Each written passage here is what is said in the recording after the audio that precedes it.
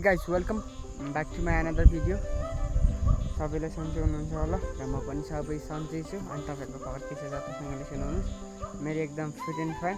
सधैँ हात्ती घारी र मकैबारी रुदिलो घारीमा हुन्थ्यो भने आज म खरसाङ घारीमा छु र मेरो काम यो भाटा ठोक्ने परिरहेछ भने उता छोरो बुढी परा छोरी सबै मिलेर चाहिँ उता सुता टाङ्ने काम भइरहेछ। कुकुर जुधेर चाहिँ यो भाँचिदिएको कारणले चाहिँ सुता टाङ्ने काम भइरहेछ मेरो। मलाई चाहिँ यत्रै यो बसिलोले चाहिँ नि यो भाटा ठोक्नुपर्ने हुन्छ। यसरी यहाँ ठोक्नुपर्ने हुन्छ। मेरो चाहिँ ठोक्ने काम परिरहेछ। भाटा उपर छ त्यहाँबाट भाटा ल्याउँदै मेरो चाहिँ ठोक्ने काम परिरहेछ। यता हुँदै सबै यो लगाउने बेला भएर चाहिँ यत्रो भइसकेको छ। यत्रो ठुलो भइसकेको छ। अनि यो भाटा लगाएर सुता बान्ने काम भइरहेछ।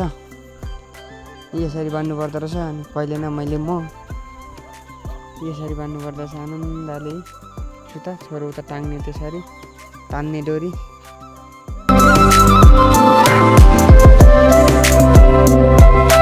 काम चाहिँ ठोक्ने काम भइरहेछ। डुम्किलो ठोक्ने काम। अनि तपाईँहरूकोतिर पनि भयो होला यहाँ ठोक्ने बेला।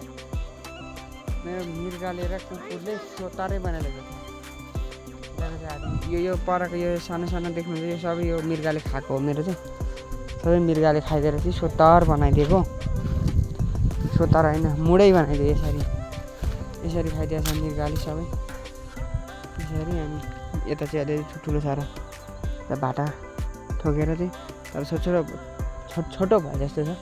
यो मकै भन्दा पहिला हानेको अस्ति एकचोटि पानी हानेको र आज गएर यो त्यसमा त कसले काटी ठोकेछ। ल अहिलेलाई यति नै। आजलाई यति नै भेटौँ क्यारे। अझ गोठालोमा भिडियो बनाउन पाएन मैले र यहाँ खोर्सानी बारीमा बनाइरहेको छु र भोलि भेट्नेछौँ हामी मस्त चिलमा इन्जोय गर्दै डोरी टान्दै।